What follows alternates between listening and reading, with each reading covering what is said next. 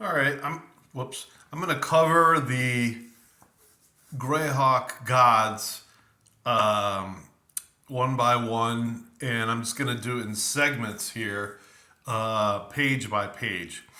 So the priestly powers and spells.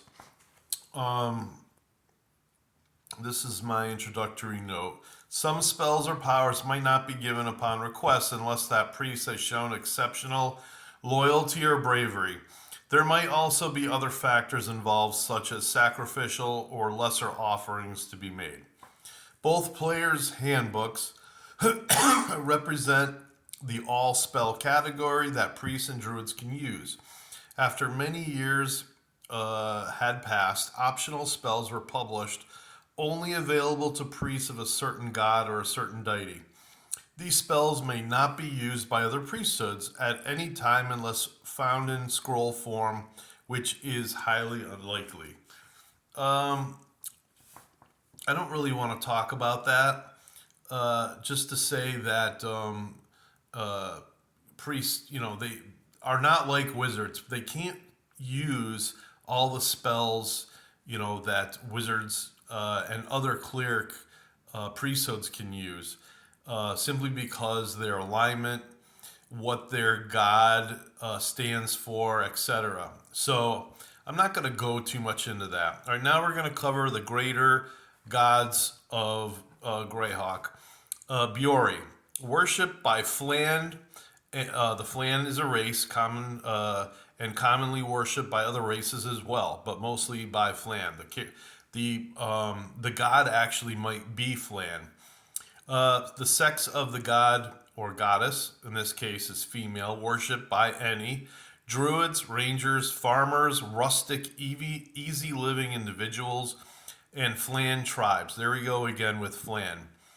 So, areas of concern: Earth Mother, or in this case, O Earth Mother, that's what Greyhawk is. They call the world O Earth. Nature and rain, alignment, true neutral, and neutral good.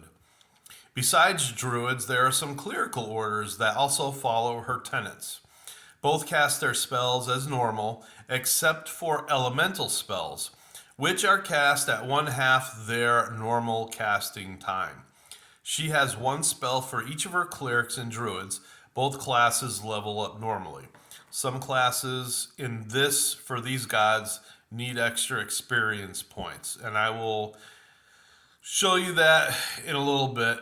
All you have to do is take a calculator and figure that out as DM as you're giving experiences out to your players.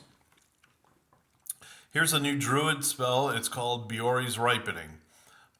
The sphere is plant, level 1, range 5 feet, indoors, yards, outdoors. And in the first edition, that's what this means. After the 5, usually there's a dash dash, which looks like inches. That stands for either range or range. Components: VS, vocal somatic, casting time 4. Because it's vocal and somatic, it will always go off at the fourth segment in a round. But this is not a combat spell anyway. Duration 1 turn. Area of effect special. Saving throw none. Ripen effects: either a single mature tree or all smaller plants covering a 10-foot square plot of ground. It causes the affected plants to immediately produce a normal amount of fruit, nuts, seeds, or whatever that they would bear at the height of the harvest season. Thus, an apple tree will be laden with ripe apples, a patch of grain will mature, and so on. A given tree or area of ground can do this only once per season, and the spell won't work outside the plant's normal growing season. So, spring, summer, and fall for most. Any produce not picked or harvested within 24 hours withers and dies. The material component is mistletoe. Very rare druid spell, updated from Dragon Magazine. So, um, this spell right here it is called Biori's Ripening. So as a DM, I would say this spell probably can only be cast by Biori druids in 99% of the cases that this spell is offered. Otherwise, the god befriending Biori might ask a favor of her to lend it to another priest, but that would require a great sacrifice. So, anyway, here we go. A clerical spell called Water Window. It's divination sphere, it's divination elemental water. Level 3, range 10 feet, components VSM. In other words, material components are needed. You're either going to, it doesn't really, again, a non-combat spell. If this was cast during combat, I'd have the player use the casting time of 1 round, and of course he would have to, well, if it's cast around, he wouldn't have to add a die 4. Duration is an hour. Area of effect is 5 feet by 5 feet square. Saving throw none. This spell allows the caster to gain information from a quantity of water. Once this spell is cast, the water begins to show the images of objects and creatures that have been reflected in its surface for the past 24 hours. The caster can make specific requests, such as show me the last man who passed by here, and the water will show the appropriate reflection. Should the request be impossible to fulfill, the water becomes opaque gray until another request is made or the spell expires. Should the caster use the spell on flowing water, such as a river, the caster must keep up with the water to view the reflection. Otherwise, the flowing water shows images of what happened upstream, where the actual water was when objects were reflected in it. If there was no light to produce a reflection, the water shows only darkness. The spell requires a suitable body of water. It's a very rare spell, updated from Polyhedron Newsing. So there we have spells for Biori. There are some spells that you might consider when worshiping her. And these 2 spells are not the only one that might be half of their casting time. So, in other words, this would maybe be, let's see, Biori's Ripening. No, it's not. It's not really elemental, although you might consider it earth. It says plant. But this right here is water. This should be cast maybe at 5 plus 1 die 4. I'm taking that back.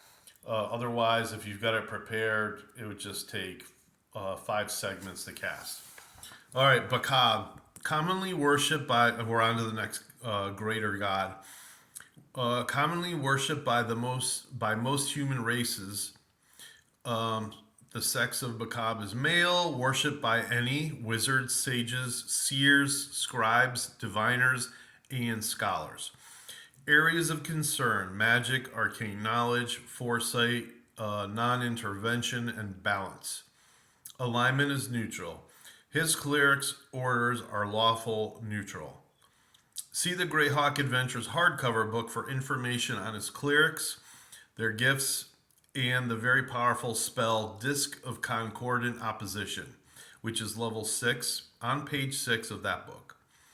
Once his clerics reach 10th level, they must earn an additional 5% experience or 1 more point. That's something that we used in the past, pay it no mind.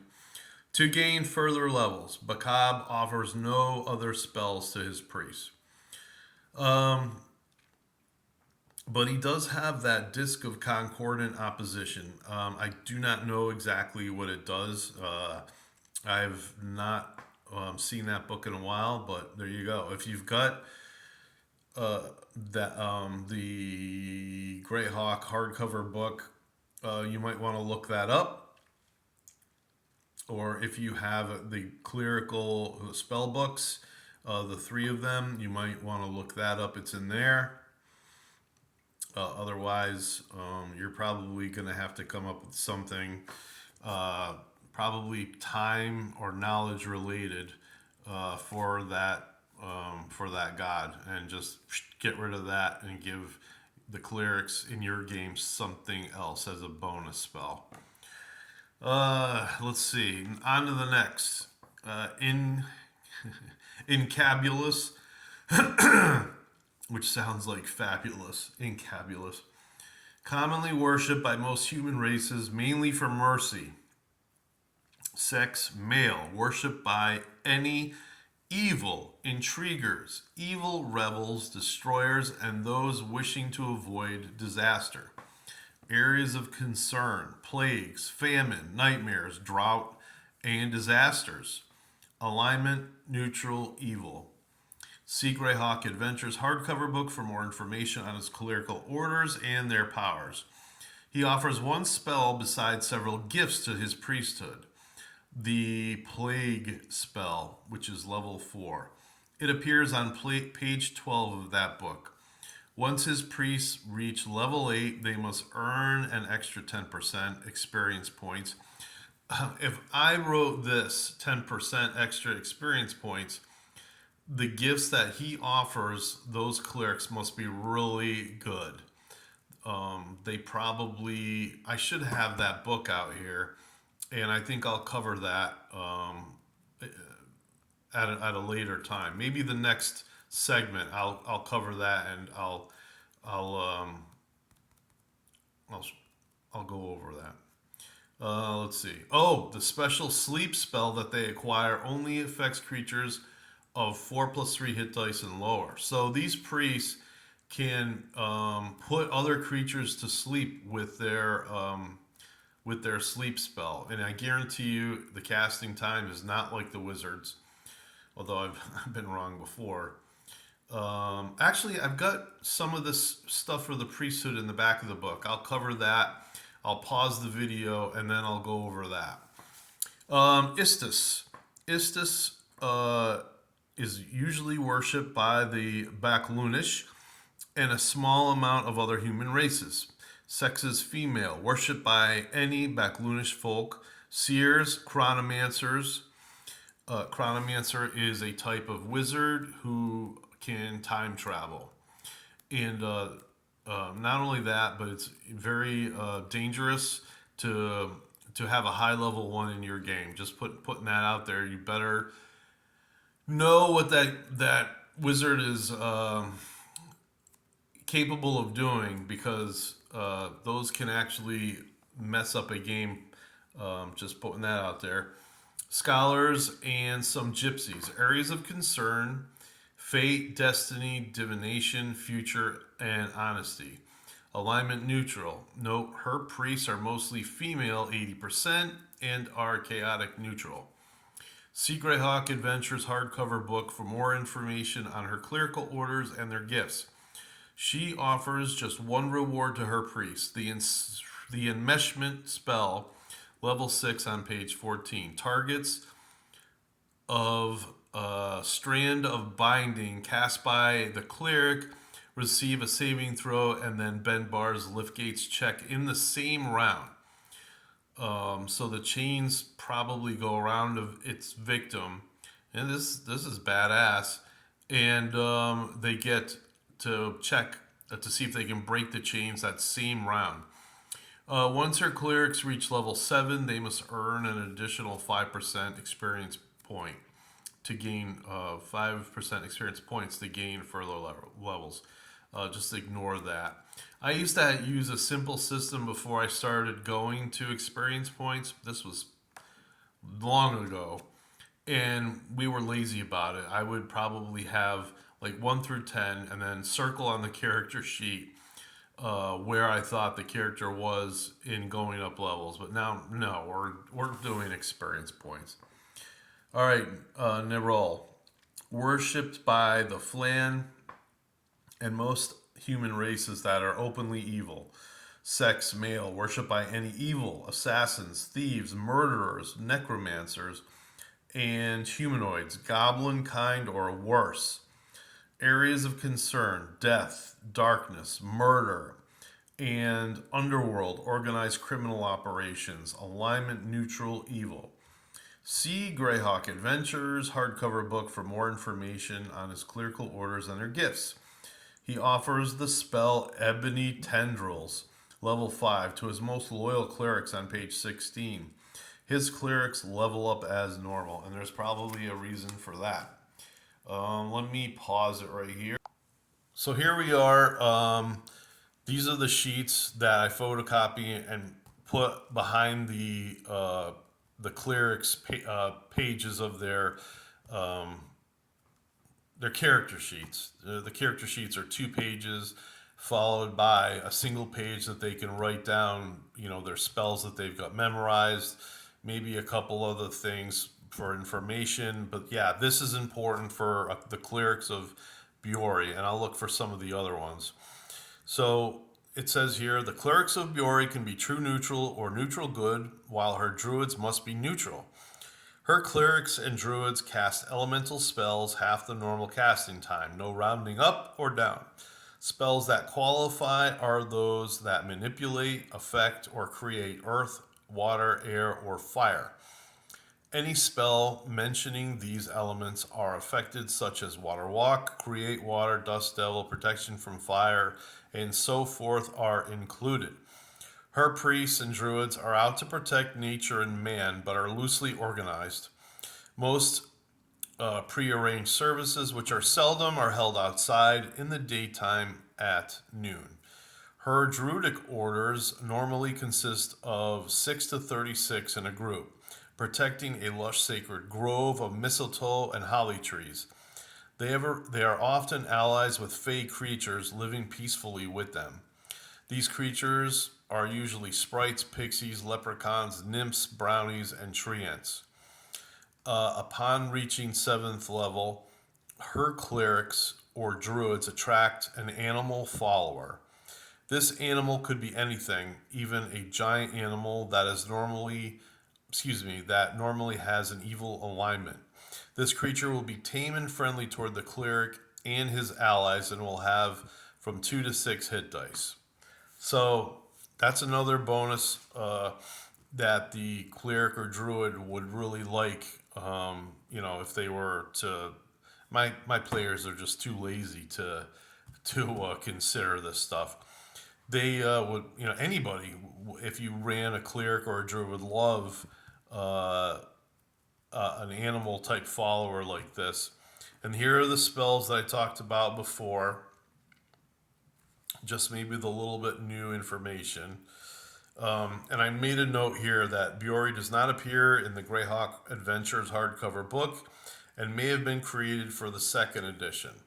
So, all right, now let me pause it. So, Clerics of Bacab right now. Clerics of Bacab detail sheet, Greater God. Clerics of Bacab are most often 90% lawful neutral, but some neutral good and neutral evil priests do exist. Chaos has no place in Bacab's clerical orders, however. Bacab's clerics are usually smart, having a 13 plus or higher intelligence score, though player characters can have any intelligence score that they might roll. Upon reaching 8th level, the title of Patriarch, the cleric has limited sage ability. He gains knowledge of the supernatural and unusual category and may learn 1 philosophy for each 4 points of intelligence. He may then make an modified or not, depending on the difficulty of the question, intelligence check each time he or someone asks him a question on these subjects. If he rolls too high, meaning failure, he can still find information in a library if he has access to one. Otherwise, he must hunt for books, spending lots of time and money in search of answers to his inquiry. They are listed below for your pleasure: astrology and numerology, cryptology, divination, Dwemer craft, heraldry, signs and sigils, medicine, metaphysics, planes, astral, elemental, and ethereal, and planes outer. If a cleric of Macabre has a stronghold, he may build a scrying device that works exactly like a crystal ball. He may use it 3 hours a day, and it costs him 5,000 gold to create. He may scry only in the prime material plane.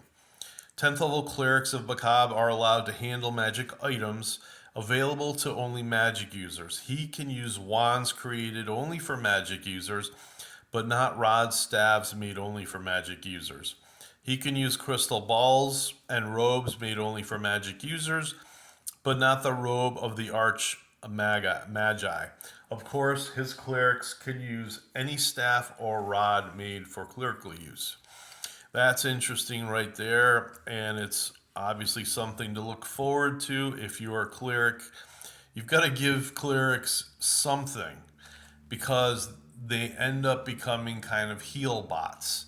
And for first and second edition, especially, you know, it's boring, having to heal everyone else. Of course, you're healing yourself too, but you got to give them an extra reason for wanting to play. So that's my advice to any DM anyway.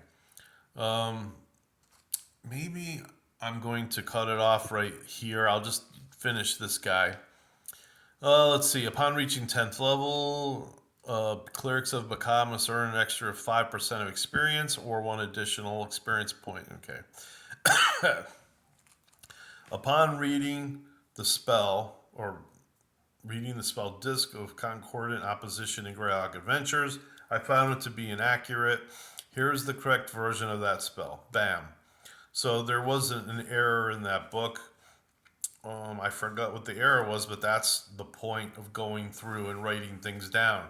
Sometimes you catch errors. So anyway, it's a level 6 spell. It's got a short range, 10 feet indoors, yards outdoors, 10 yards outdoors. Components VSM, casting time 6, instantaneous, area effect 1 creature. This spell is granted for clerics of Macabre when they become eligible for 6th level spells. It's a less powerful version of Macabre's own Disc of Concordant Opposition. When it is cast, the cleric brings into being a disc which will blast most creatures into nothingness unless they are resistant to magic. Now that sounds good. No attack roll is needed by the cleric. The disc is exchanged is discharged at a visible target the same round it is created. Creatures with less than 6 hit dice and 35% magic resistance or lower are utterly destroyed. Holy shit. A disintegrate-like effect unless they make a saving throw. Gotta give them a saving throw. If they do save, they receive no damage. Creatures with 6 or more hit dice receive 40 points of damage if they fail their saving throw, and half damage if they make one. Any creature with a magic resistance greater than 35% is unaffected by this spell. Wow, I wonder if I took this right from that book. Holy crap. Let's see. The cleric must have Macabre's symbol on his person in order to cast the spell. The material component is a small iron and electrum wheel with a rod at its center. The disc is hurled at the target. The priest completes a prayer to Macabre. This spell works best when it is prepared a round ahead of time. No Macabre clerics only. So there we go. I hope that kind of whetted your appetite for wanting to play Greyhawk. Even though these are just clerics, this is just the tip of the iceberg. There are lots of clerics, gods in Greyhawk. All right, that's it. Have a good evening.